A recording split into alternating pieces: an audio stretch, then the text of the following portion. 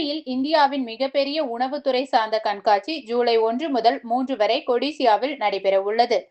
36 நாடுகளை சேர்ந்த 30,000க்கும் மேற்பட்ட தொழில்துறை வல்லுநர்கள் பங்கேற்கும் தென்னிந்தியாவின் மிகப்பெரிய ஒருங்கிணைந்த தொழில்துறை கண்காட்சி கோவையில் உணவுத்துறையை மையமாக கொண்ட 6 முக்கிய கண்காட்சிகள் ஜூலை 1 முதல் 3 வரை கொடிசியா வர்த்தக கண்காட்சி வளாகத்தில் நடைபெறுகின்றன.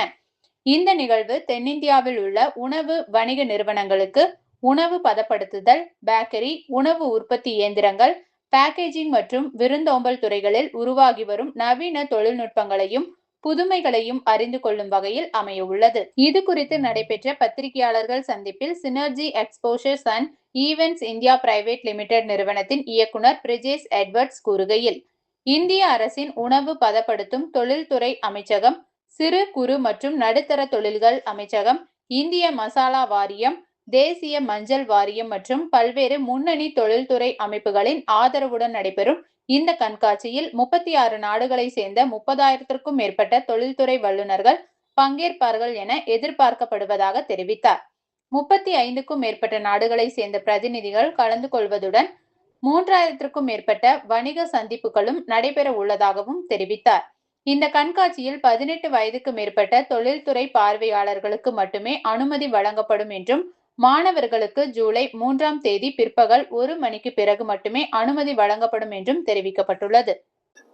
அனைவருக்கும் வணக்கம்.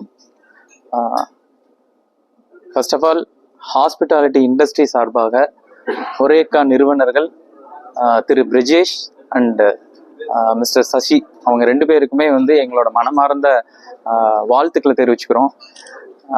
ஏன் ஸ்பெஷலாக அவங்களுக்கு ஒரு தேங்க் பண்ணணும் அப்படின்னா, இந்த எக்ஸ்போ ஆரம்பிச்சு கிட்டத்தட்ட ஒரு 11 வருஷம் முடிஞ்சு 12வது வருஷத்துல அடி எடுத்து வைக்கிறாங்க. ஸோ இந்த 10 வருஷ காலத்துல ஒரு ஹாஸ்பிட்டாலிட்டி இண்டஸ்ட்ரி ஒரு மிகப்பெரிய மாற்றத்தை சந்திச்சிருக்கு. ஒரு சின்ன ஒரு தள்ளுவண்டி கடையிலிருந்து இன்னைக்கு மிகப்பெரிய சாம்ராஜ்யங்கள் உருவாகி இருக்குன்னு தான் சொல்லணும். ஸோ அந்த என்டையர் ஹாஸ்பிட்டாலிட்டி செக்டரோட ஒரு எவாலுவேட் பண்ணாலே இது ஒரு மோர் தென் ஒரு 6 lakhs crore உண்டான மதிப்பான ஒரு இண்டஸ்ட்ரி இது. இன்னைக்கு எல்லாருமே ஒரு